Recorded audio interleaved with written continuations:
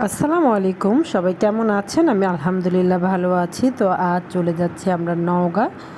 তো রাত 11টার সময় আমাদের ডিসিশন নেওয়া হলো যে আমরা সকালবেলা নওগাঁ যাব। তো যেমন কথা তেমন কাজ, সকালবেলা ভোরে ঠিক 6টা সাড়ে 6টার দিকে আমরা রওনা দিলাম। তো ফুলবাড়িয়া থেকে আমরা বাসে উঠলাম। বাসে মানে ফুলবাড়িতে আসার পরে আমরা চেয়েছিলাম এসি বাসে যাব, কিন্তু 8:30টার আগে নাকি কোনো এসি বাসই ছাড়ে না। তো যার কারণে আমরা একটা নর্মাল বাসেই রওনা দিলাম।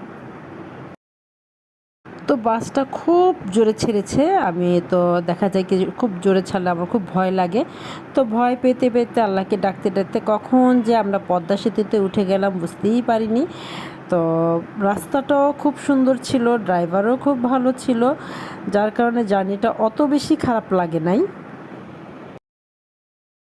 তো পদ্মা সেতু পার হওয়ার পরই এখন শুধু সবুজ সবুজ আর সবুজ। আর রাস্তাটা খুবই সুন্দর ছিল, মানে মনে হচ্ছে যে কোনো বিদেশের কোনো জায়গায় আছি। খুবই সুন্দর ছিল, খুবই ভালো লেগেছে। আর হচ্ছে সবুজের সমারোহ, আসলে বাংলাদেশ সবুজের সমারোহ। খুবই ভালো লাগছে, শুধু সবুজ গাছ গাছ আর গাছ।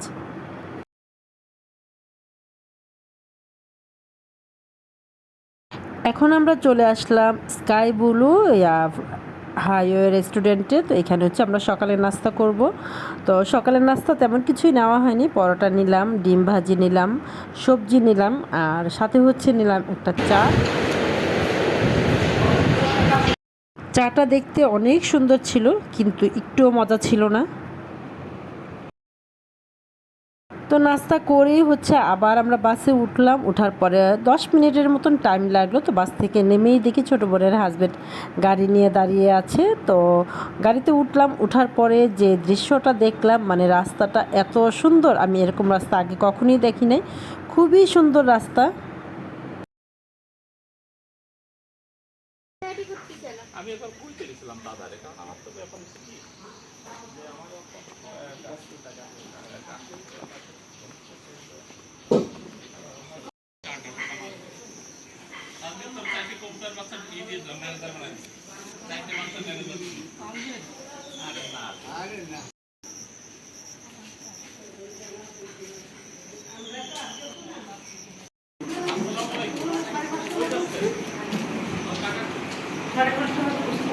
রান্না করবে তো ভিডিও হবে আজকে গ্রাম ভালো আছে আর গরম তো বুঝাই যায় না, গরমে আইতে চাই না। আমার যতই ব্যায়াম হোক একেবারে বেশি এক রাত কথা হচ্ছে। আর এই যে আমগুলি দেখা যাচ্ছে, এগুলি হচ্ছে মানে কিছুক্ষণ পর পরই টুসটাস আম পড়ছে, যেহেতু আম পেকেছে। আর আমগুলিও খেতে মজা, একটা টক মিষ্টি আমটা, কিন্তু ভালো লেগেছে আমটা। আর এই তো আমার বোন রান্না করছে, সব রান্নাই আজকে সে মাটির চুলায় করবে।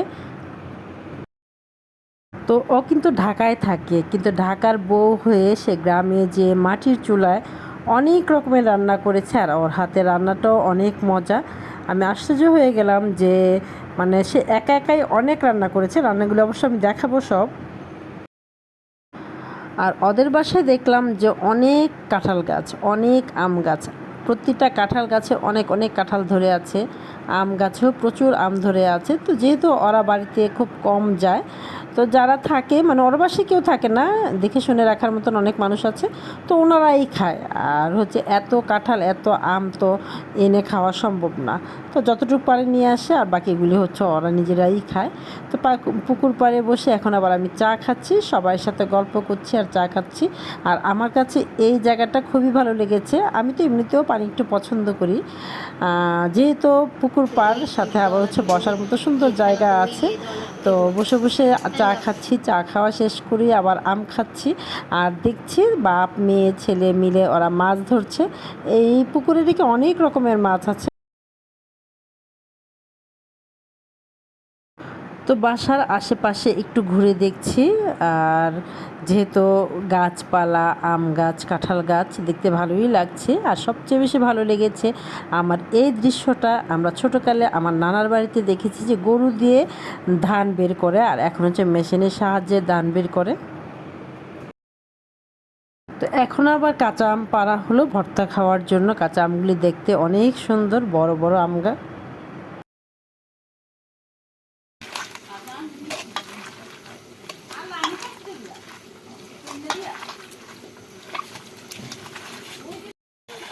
শরীরটা মুখ্য তো জামাটা চেঞ্জ করতে হবে আমরা তো যে গরম আসো আসো একটু ধর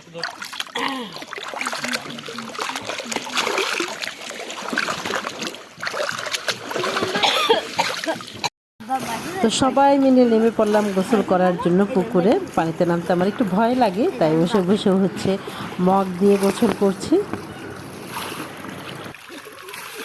কেমন হইতেছে? তো গোসল শেষ করে খাবারে চলে আসলাম, আর আমার বোন কি কি রান্না করেছে সেটাই দেখাচ্ছি।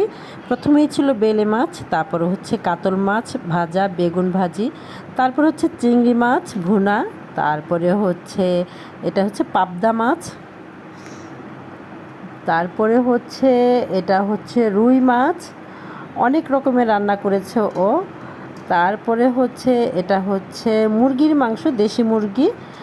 তারপরে হচ্ছে ভর্তা ছিল 3 রকমের। কবুতরের মাংস ছিল, সাথে গরুর মাংসও ছিল, সেটা ভিডিও করতে ভুলে গেছি। তো দুপুরে খাওয়া দাওয়া করে লম্বা একটা ঘুম দিলাম। সবাই গল্প করতে করতে কখন যে ঘুমিয়ে গেছি বলতেই পারি না। এখন পুরা সন্ধ্যা হয়ে গেল, আর এখনই আমরা বের হয়ে যাচ্ছি। ওকে, বাই বাই। ইনশাআল্লাহ সবাই আবার আসবো। কষ্ট করে ভিডিওটা দিয়ে রাখতে। বাসা থেকে বের হয়েই দেখি যে চায়ের দোকান, তো সবাই আবার চা খেতে বসে পড়লাম। খুবই মজাদার চা, গরুর দুধের চা, সাথে সরও ছিল। তো খুব মজা করে সবাই মিলে একসাথে বসে খাচ্ছি। আশেপাশটা একদম অন্ধকার।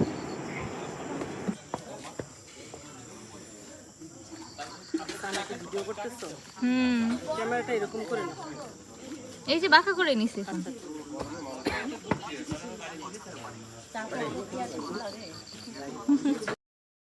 তো এই তো চা খাওয়া শেষ করে আমরা রওনা দিয়ে দিলাম। এখন আমরা বাস স্টেশনে যাব।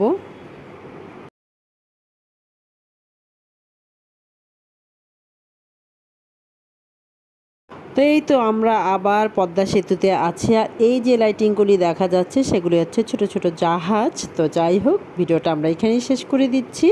আজকে সারাটা দিন অনেক ভালো কাটলো আমাদের। সবাই ভালো থাকবেন, সুস্থ থাকবেন, নিরাপদে থাকবেন।